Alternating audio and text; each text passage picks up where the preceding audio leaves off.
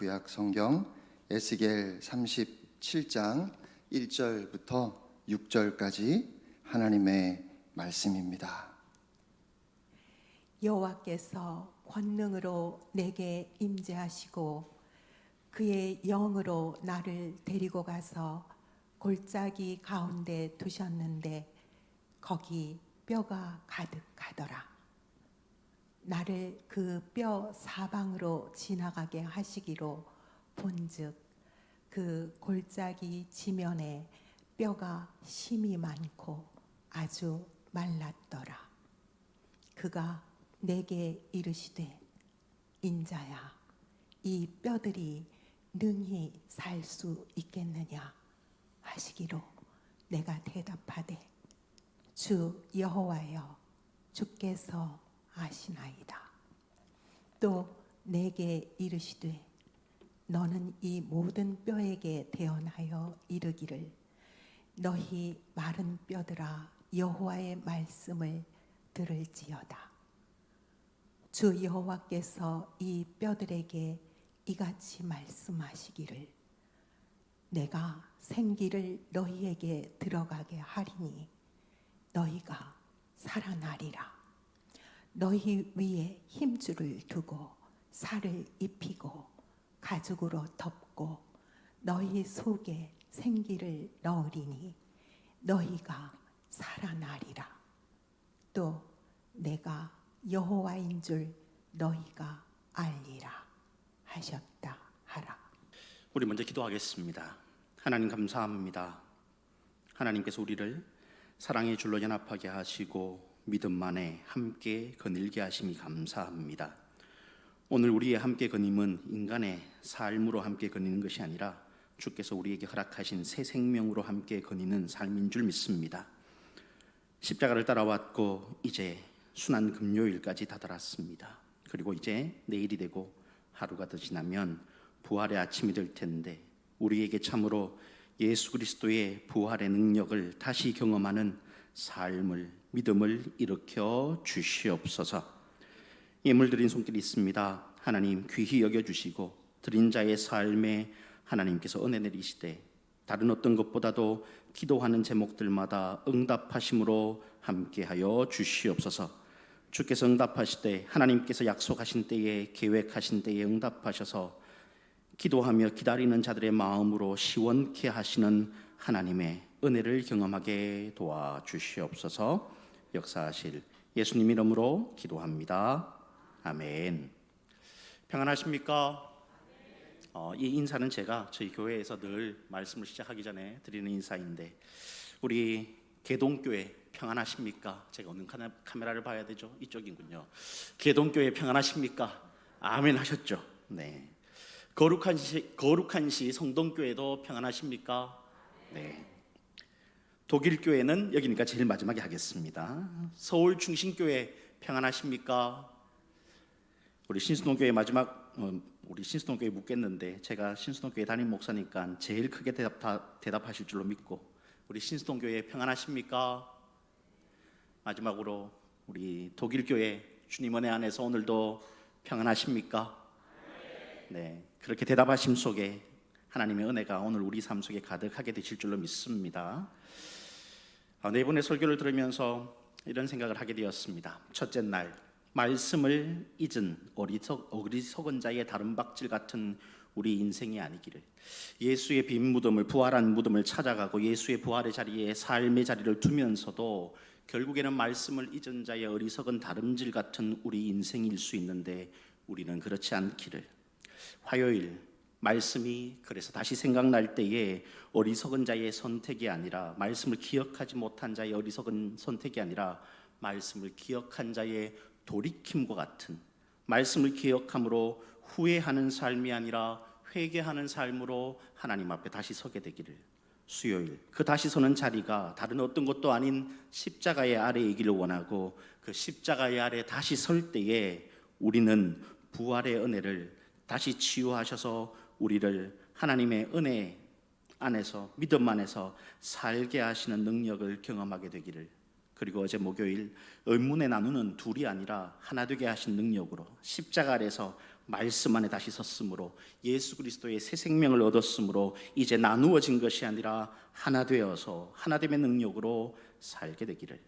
특별히 2021년 한국교회 부활절 연합예배를 준비하는 준비팀들이 지금 아마 오늘과 내일 굉장히 바쁘게 움직일 텐데, 올해 우리 교회 한국교회 전체를 향하여 전하는 말씀은 공교회성의 회복입니다. 사도신경에도 보면 거룩한 공교회와라는 믿음의 고백이 등장하는데, 이 공교회라는 것은 어려운 개념이 아니라 아주 간단합니다. 예수 그리스도로부터 시작된 교회는, 모든 교회는 하나이다 하는 겁니다.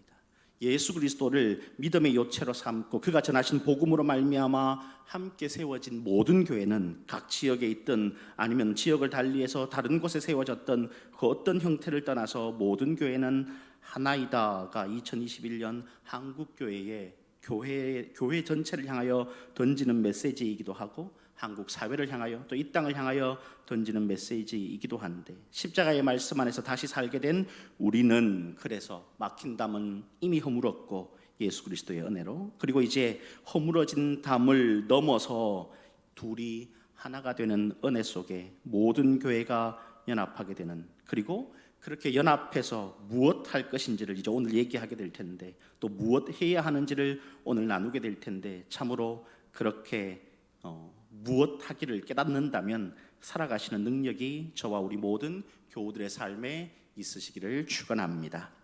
에스겔서 37장 1절입니다. 말씀을 보시겠습니다. 여호와께서 권능으로 내게 임하시고, 히브리 말로 보면 여호와께서 권능으로가 아니라 여호와의 손이 나의 위에 얹어졌다, 이런 말씀이죠. 하나님께서 손을 에스겔의 머리에 얹으십니다. 그리고는 아마 그 머리를 붙잡고 들어서 옮기십니다. 뒤를 읽어보면 내게 임재하시고 그의 영으로 나를 데리고 가서 골짜기 가운데 두셨는데 거기 뼈가 가득하더라.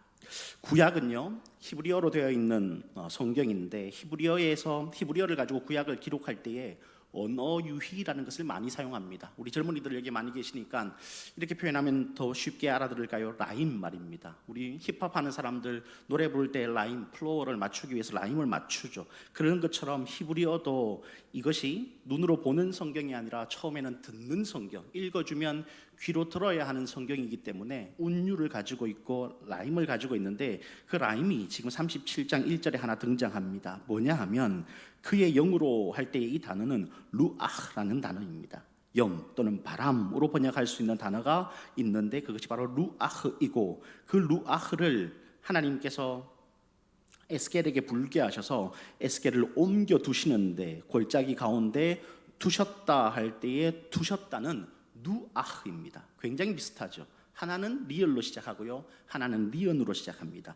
루아흐가 불려오면 그 사람이 옮겨지는데, 그 사람이 어디로 옮겨지냐면 어떤 한 골짜기로 루아흐 옮겨서 서게 됩니다. 그리고 그곳에서 봤더니만 뼈가 가득합니다. 이 상황은 뒤로 쭉 넘어가면 이미 설명되고 있는데, 11절 보시면 또 내게 이르시되 인자야 이 뼈들은 이스라엘 온 족속이라. 그러니까 에스겔에게 환상이 보여지고 있는데 무엇을 보여주시냐 하면, 하나님께서 영을 불어넣어 주셔서 에스겔의 삶의 자리를 옮기셨는데, 그 옮기신 루아흐로 말미암아 옮기신 루아흐의 자리에서 이스라엘의 삶의 상황을 보게 하십니다. 그리고는 하나님께서 에스겔에게 묻습니다. 이 뼈들이 능히 살겠는가? 너의 눈에 보기에 이 마른 뼈들이 아주 말랐는데 이 마른 뼈들이 살겠는가? 2절 3절 물으실 때에 에스겔이 이렇게 대답합니다. 3절 그가 내게 이르시되 인자야 이 뼈들이 능히 살 수 있겠느냐 하시기로 내가 대답하되 주 여호와여 주께서 아시나이다.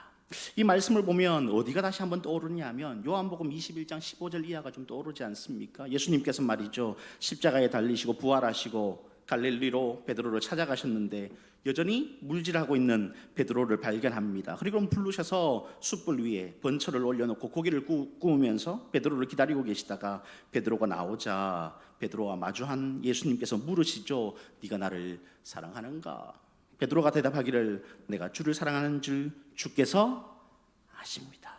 우리는 뭔가 대단한 대답인 것 같지만 사실은 여기서 에스겔서 37장 3절에서 말하는 주께서 아시나이다와 요한복음 21장에서 말하는 주께서 아시나이다는 의문에 가득 쌓인 대답입니다. 내가 이렇게 대답해도 되는지, 이렇게 대답하는 것이 맞는지, 아니면 더 나아가서 나는 이렇게 대답할 자격이 있는지를 모르는 상태에서 그저 하나님께 기대어서 모든 의문에 쌓여 있지만 그러나 용기 내어서 말이죠.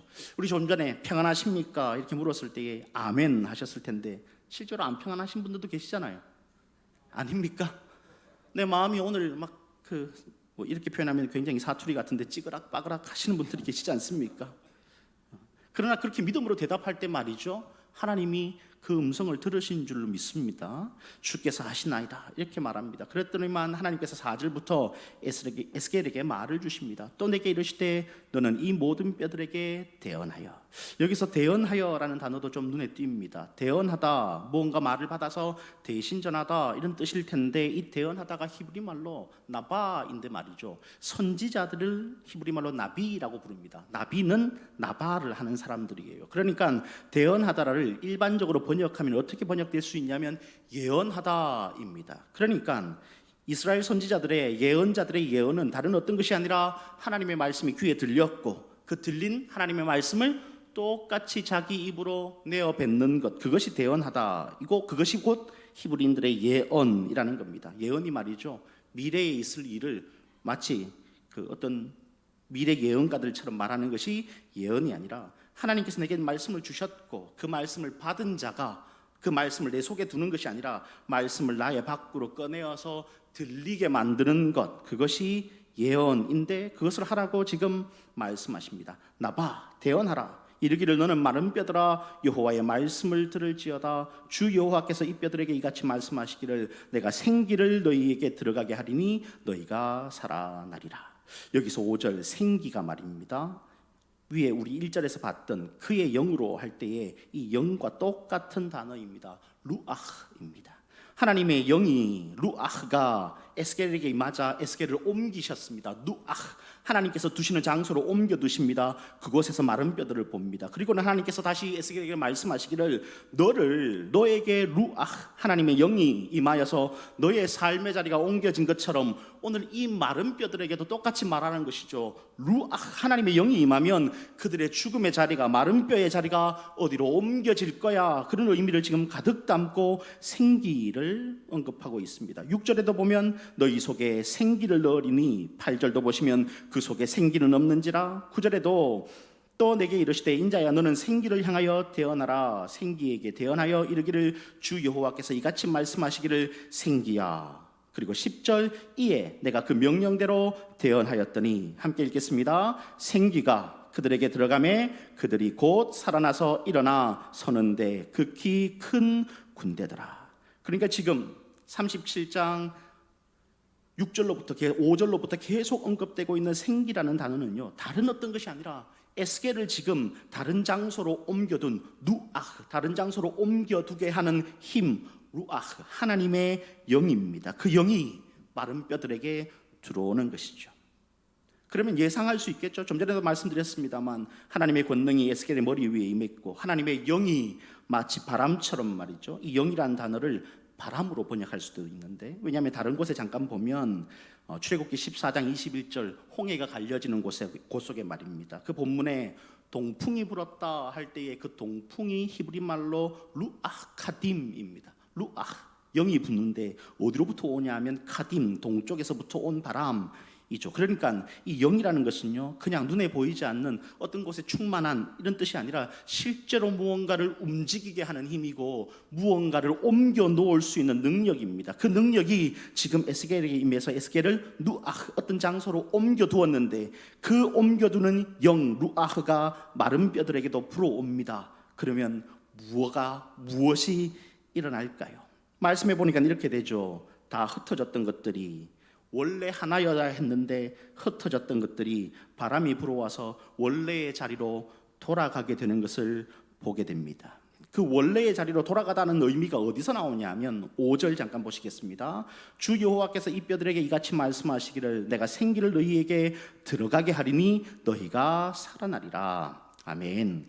여기서 말이죠, 들어가다가 한번 나오죠. 10절에도 보시겠습니다. 이에 내가 그 명령대로 대언하였더니 생기가 그들에게 들어가매. 그러니까 생기가 말이죠, 바깥쪽에 있는데 안쪽으로 들어간다고 말합니다. 그런데 이 단어가 굉장히 재미있습니다. 히브리 말로 보 또는 바라고 하는 단어인데 원래는 돌아오다입니다. 이 단어는 언제 사용하냐 하면 무언가 있었던 자리에서 바깥쪽으로 빠져나갔을 때에 그것이 다시 원래의 자리로 회복될 때에 사용하는 단어입니다. 그러니까 원래 이 마른 뼈들 속에 있었던 것이죠. 생기가 말이죠. 그런데 그 생기가 빠졌기 때문에 그들이 하나였는데 말입니다. 흩어졌고 마른 뼈들이 이리저리 뒹굴게 된 것이죠. 그런데 원래 있었던 자리로 생기를 돌아오게 한답니다. 돌아오게 만드신다는 것이죠. 그렇게 원래 있던 자리로 생기가, 하나님의 루아흐가 돌아오면 움직여지는데 어떻게 움직여지냐 하면 흩어졌던 것들이 다시 연결이 되고 마치 어제 들었던 말씀처럼 말이죠, 나뉘었던 것이 다시 하나가 되는 것처럼 일어서 서서 한 사람의 존재가 되는 것이죠. 사람 하나가 만들어지는 것이 문제가 아니라 그렇게 각각의 존재가 만들어지고 난 다음에 그 속에 동일한 루아흐, 하나님의 영이 있으므로 이 사람들이 전체가 또 하나로 연합하여서 큰 군대라고 일컬어지는 무리가, 하나의 무리가 됩니다. 생기가 불면, 루아흐가 바람으로 불어 들어오면 그런 일이 일어나는 것이죠. 12절, 그러므로 너는 대언하여 그들에게 이르기를 주 여호와께서 이같이 말씀하시기를 내 백성들아, 내가 너희 무덤을 열고 너희로 거기에서 나오게 하고 이스라엘 땅으로 들어가게 하리라. 참으로 순환 금요일을 살고 있는 우리의 삶에, 그리고 부활의 아침을 기다리고 있는 삶에 참으로 필요한 말씀 아닙니까? 너희 무덤을 열고 너희로 거기서 나오게 하고. 13절, 내 백성들아, 내가 너희 무덤을 열고 너희로 거기에서 나오게 한즉 너희는 내가 여호와인 줄 알리라. 14절은 같이 읽을까요? 시작. 내가 또 내 영을 너희 속에 두어 너희가 살아가게 하고 내가 또 너희를 너희 곡국 땅에 두리니 나 여호와가 이 일을 말하고 이룬 줄을 너희가 알리라. 여호와의 말씀이니라. 아멘. 아멘이시죠? 여기서 말입니다. 1절에 나왔던 이야기가 똑같이 다시 한번 반복이 됩니다. 또 내 영을, 나의 루아흐를 너희의 속에 두어서 너희가 살아가게 한다. 그런데 말이죠, 여기서 살아가게 하다가 누아흐입니다. 그러니까 에스겔 한 사람에게 하나님의 영이 임해서 에스겔을 말이죠, 그 사망의 골짜기, 마른 뼈들의 골짜기로 옮겨두신 하나님께서 그 마른 뼈들의 골짜기에서 에스겔로 하나님의 말씀을 대언하게 하십니다. 그래서 죽은 듯 보이는 또는 이미 죽어있는 그들의 삶 속에 하나님의 놀라운 생명을 불어넣으십니다. 그와 똑같은 일을 지금 이스라엘에게 하시는데, 하나님께서 이스라엘에게 하나님의 영을 주시면 그들의 삶의 주소가 누아흐, 옮겨지는데 어떻게 옮겨지냐 하면 우리 성경에서는 그 단어를 살아가게라고 14절에 말이죠, 너희가 살아가게. 한 번에 누아흐, 옮겨놓은 자리에서는 예언자가 하나님의 말씀을 대언하는 삶으로 살게 되고요, 또 한 번에 옮겨놓은 자리, 살아가게 하는 자리에서는 하나님의 말씀을 대언하는 것이 아니라 그 말씀하신 대로 살아갈 능력을 힘있게 하시죠. 우리 옆에 있는 에스겔서 36장 27절 같이 볼까요? 에스겔서 36장 27절 같이 읽겠습니다. 시작. 또 내 영을 너희 속에 두어 너희로 내 율례를 행하게 하리니 너희가 내 규례를 지켜 행할지니라. 37장 1절부터 에스겔 개인에게 임한 하나님의 루아흐는 그를 사망의 골짜기로 누아흐 옮겨서 하나님의 말씀을 예언, 나바, 대언하게 하십니다. 그래서 마른 뼈들이 살아나는 놀라운 일들을 일으키시죠. 그리고는 그 다음에 말씀하시기를 이스라엘 백성 전체에게도 하나님께서 루아흐, 하나님의 영을 부으실 텐데 이제 그렇게 하나님의 영이 부어지면 그들의 삶의 주소가 옮겨져요. 누아흐, 어디로 옮겨지냐 하면 장소의 문제가 아니라 그가 살게 되는 그 땅에서, 방금 읽었던 에스겔 36장 27절처럼 여호와의 율례를 행하며 여호와의 규례를 지켜 행하는데 내 능력이 아니라 하나님께서 내게 당신의 영을 주셨으므로 말미암아 당신의 능력으로 그렇게 살게 하신다. 오늘 우리 삶 속에 이 은혜가 있기를 소망합니다. 우리 이곳에 모여서 아침에 예배하는 정도의 믿음이라면 이미 우리에게 하나님의 영은 임하신 줄 믿습니다. 그러면 우리 개인에게 하나님의 영이 임했습니다. 그러면 우리의 삶의 주소가 어딘가로 옮겨졌겠죠. 루아흐가 왔으니까 누아흐가 이루어졌을 텐데, 우리의 삶에 옮겨진 자리는 어떤 자리냐면 하나님의 말씀을 대언해야 할 자리가 아닐까요? 우리 가정에서 말입니다. 내 교회에서, 내가 살아가는 사회 현장에서, 그리고 우리 이웃 지역에서 말입니다. 하나님의 말씀을 이 에스겔 예언자가 마른 뼈와 같은 세상을 향하여 하나님의 말씀을 나봐 예언하고 대언하였듯이, 우리도 그렇게 하나님의 영을 가지고 있어서 하나님의 영으로 말미암아 우리의 삶의 주소가 옮겨졌다면, 하나님의 말씀이 내게 들어온 것과 같이 똑같은 음성으로 우리도 세상을 향하여 에스겔처럼 말하는 인생이 되어야 하지 않겠습니까? 우리는 실제로 하나님 앞에 그 영을 가지고 말하고 삽니다. 그 말을 이렇게 표현할 수 있을 겁니다. 기도 말입니다. 그런데 우리의 기도는 늘, 어제의 말씀을 좀 가지고 오면, 늘 하나님과 나와의 단독의 관계 속에서만 사용하지, 그 기도를 하나님과 나와의 단독의 관계를 넘어선 우리의 관계 속에서, 우리와 하나님과의 관계 속에서 우리의 기도를 사용하지 않는다는 것을 우리는 좀 떠올려야 합니다. 에스겔의 이 37장 1절부터의 말씀을 좀 빗대어서 기도의 또 다른 측면을 생각해 본다면 이렇게 정의할 수 있을 겁니다. 하나님께서 의도하신 바를 내 입에 담아 세상에 들리게 하는 것. 비밀이 골방에 들어가서 나와 하나님과의 비밀스러운 기도, 비밀스러운 대화로서의 기도도 우리의 삶에, 루아흐를 가지고 있는 우리의 삶에 필요하지만, 더 나아가서 하나님의 루아흐가 우리에게 있고, 그래서 우리의 삶의 주소가 옮겨졌다면, 그런데 내 눈에 보는 것이 마치 에스겔이 마주한 마른 뼈처럼 내가 보는 세상이 이 마른 뼈의 세상이라면, 우리가 거기에서 하나님께서 의도하신 바를 내 입에 담아 세상에 들리게 하는 기도의 또 다른 측면의 삶들이 있어야 하지 않겠습니까? 여러분들에게, 또 저에게 묻기를 원합니다. 여러분의 가정을 향하여 하나님이 이렇게 물으신다면 여러분 뭐라고 대답하실 겁니까? 너희 가정이 살겠느냐? 너의 직장이 살겠느냐? 너의 교회가 살겠느냐? 이 지역 사회가 과연 바짝 말라버린 심히 마른 뼈와 같은 이 세상이 다시 살겠느냐? 저와 여러분 뭐라고 하나님 앞에 대답하시겠습니까? 우리도 의문에 쌓여서 이렇게 대답할 수 있겠죠. 주께서 아십니다. 그런데 우리 이미 예수 그리스도의 십자가를 알고 그의 부활을 아는데, 우리는 그 말씀을 믿는데 이렇게 의문에 쌓여서 주께서 아십니다 라고 말하고 뒤로 물러서시겠습니까? 아니면 우리의 첫 언어는 주께서 아십니다 라고 쭈뼛거리며 믿음 없이 말하겠으나, 두 번째 언어는 그러나 나는 믿습니다, 나의 믿음 없음을 도와주시옵소서 라고 말하며 세상을 향하여 하나님의 음성을 들리게 하시지 않으시겠습니까? 놀라운 일은, 그렇게 내가 하나님의 의도하신 바를 내 입에 담아 세상에 들리게 하면 세상의 마른 뼈들이 말이죠, 하나님의 루아흐의 들어옴으로 말미암아 살아난다는 거죠.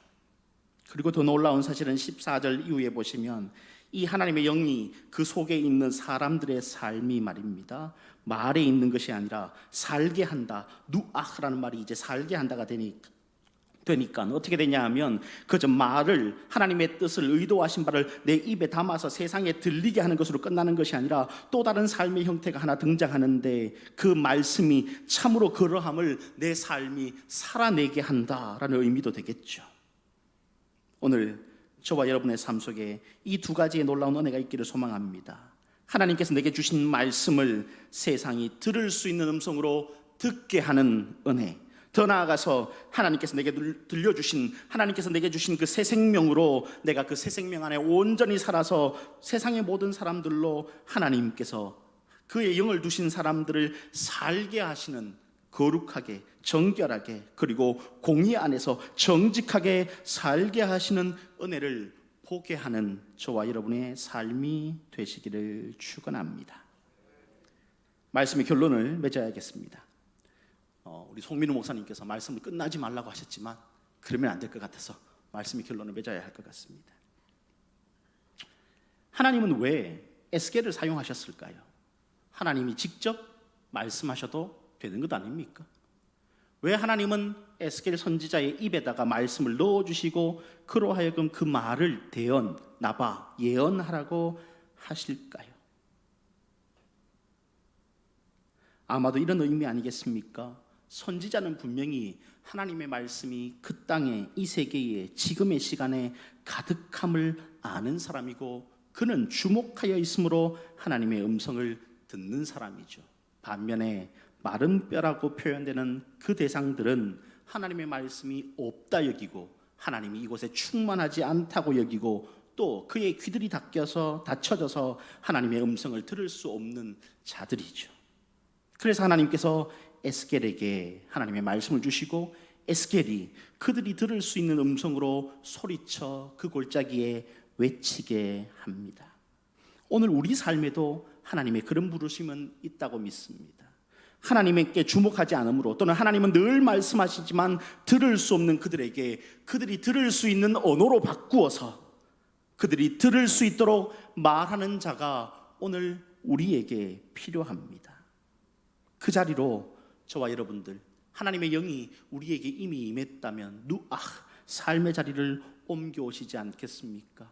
그래서 그들이 들을 수 있는 언어로 하나님이 지금 그들의 삶에 말씀하고 계심을, 다른 어떤 것이 아니라 그것은 십자가의 복음이고요, 부활의 기쁜 소식이고 성령의 임재의 놀라운 기적과 같은 변화인데 그런 것들을 우리의 마음에 담아서 입에 담아서 그들이 들을 수 있는 언어로 선포하시지 않으시겠습니까? 더 나아가서 선포로 끝나는 것이 아니라 살아가게 말입니다. 그것을 나의 삶에서 살아내어서 누군가가 귀는 먹어서 듣지 못하겠지만 볼 수 있는 자들에게라도 그렇게 믿음 안에 살아가는 믿는 자들의 삶의 모습을 보여줘서 주의 말씀이, 구원의 기쁜 소식이 그들의 눈에 띌 수 있도록, 그리고 그것으로 말미암아 그들이 하나님 앞으로 돌아올 수 있도록 길을 열어보시지 않겠습니까? 내일이 6월절입니다. 그리고 주일이 되면 초실절이 되고 무교절이 시작되죠.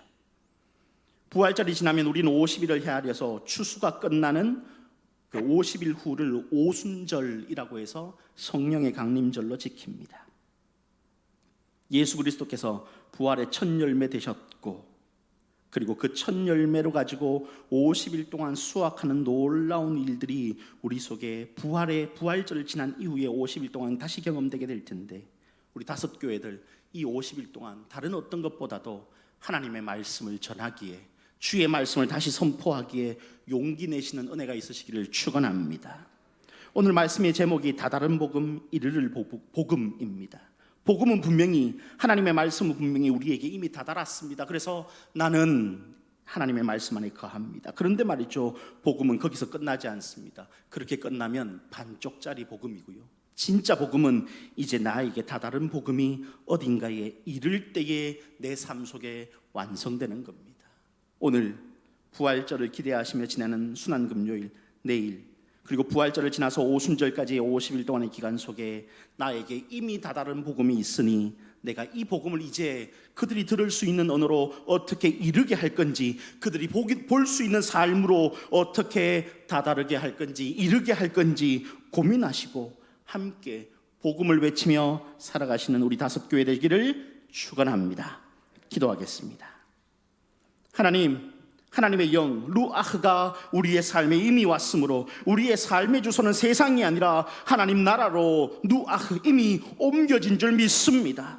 그 옮겨진 자리에서 하나님의 말씀을 대언하여 나뿐만 아니라 세상의 마른 뼈들도 살게 하시는 하나님의 부름이 또한 우리에게 있음을 믿습니다. 하나님, 우리 정말로 하나님의 영으로 말미암아 우리의 삶의 주소가 구원으로 온전히 옮겨졌다면 주의 말씀 우리의 입술에 가득 담아 살아가는 이번 부활절 이후에 오순절까지의 삶이 되게 도와주시옵소서. 다다른 복음에서 이르를 복음을 생각하고 나에게 다다른 복음 멈추지 않고 나로부터 누군가에게 이르기를, 그래서 내 가정에게 하나님께서 너의 가정이 살겠는가 물으실 때에 아멘, 믿습니다. 내가 내 입에 담아서 주의 말씀을 대언하오니 내 가정이 살아날 줄로 믿습니다 고백하는 우리가 되게 도와 주시옵소서. 너희 교회가 살겠는가 물으실 때에 아멘 믿습니다. 내게 주의 말씀이 주어졌고 그 말씀을 나로 선포하게 하시니 이 교회가 살겠습니다 고백하는 우리의 믿음의 생활이 이번 50일 동안에 오순절이 다다르기까지 있게 도와 주시옵소서.